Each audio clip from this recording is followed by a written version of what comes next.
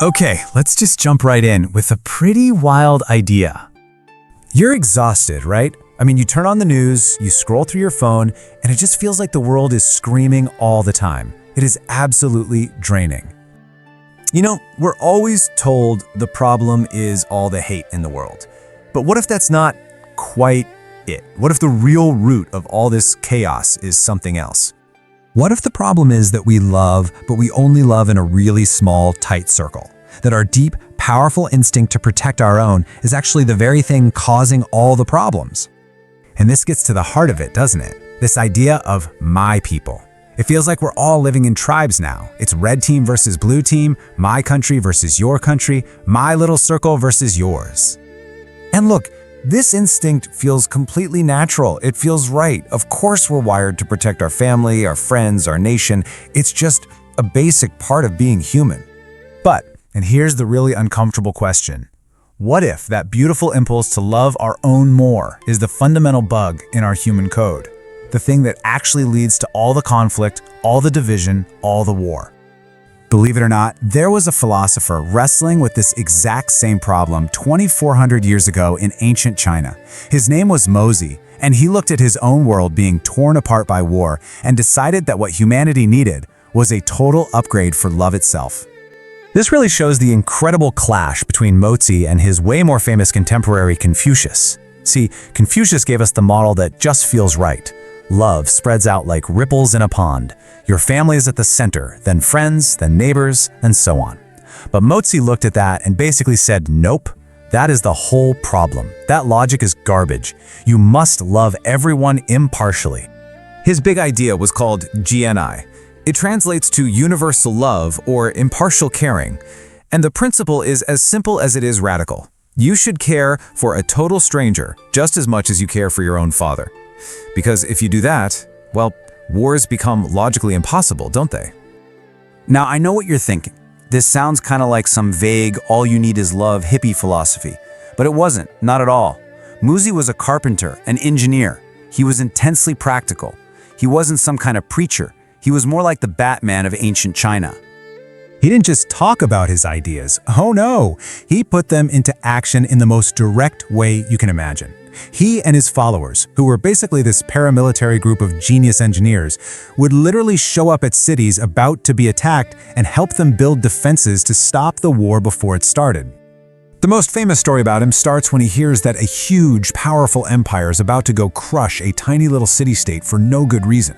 So what does Mozi do? He just starts walking. For 10 days and 10 nights straight. He doesn't stop. And this detail just gets me. His feet were raw, they were bleeding, so he literally tears strips from his own clothes to bandage them up and just keeps going. This wasn't some abstract debate for him. This was a life-or-death mission, and it was driven by his core belief. So he finally gets to the palace, and he meets this famous military genius the king has hired to lead the invasion. Mozi takes off his belt, lays it on a table to act as a city wall, grabs a few sticks to be the armies and says, "All right, attack me." And the genius proceeds to lay out 9 different brilliant strategies for taking the city. And one by one, for every single brilliant attack, Mozi just calmly demonstrates the perfect counter-defense. With nothing but his belt and a few sticks, he proves, beyond a shadow of a doubt, that the invasion will fail.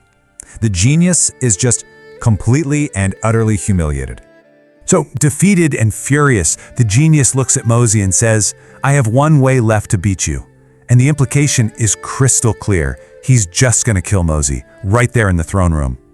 And this is Mozi's checkmate. He doesn't even flinch. He just says, "It won't matter. 300 of my disciples are already on the walls of that city. They have my defensive machines. You can kill me, but you can't kill the idea." The king heard this, and he called off the war. Okay, so if this guy was a real-life superhero who stopped wars with logic and engineering, why have most of us never even heard of him? Why is Confucius a household name while Mozi is basically a historical footnote? What was the fatal flaw in this incredible philosophy of peace?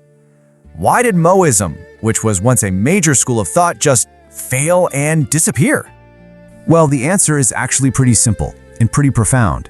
Mozi's big mistake was that he treated human beings like they were logical software. He really believed that if he just gave us a rational argument for universal love, that it's better for everyone, we would all just update our programming and do it. But we aren't software, are we? We're emotional animals. I mean, think about it. I can tell you logically that you should care about some random stranger on the subway exactly as much as you care about your own mother. Can you do it? Of course not. Your biology, your heart, everything inside of you just screams no. So, in the end, Mohism was abandoned for a few key reasons. For one, emperors hated it.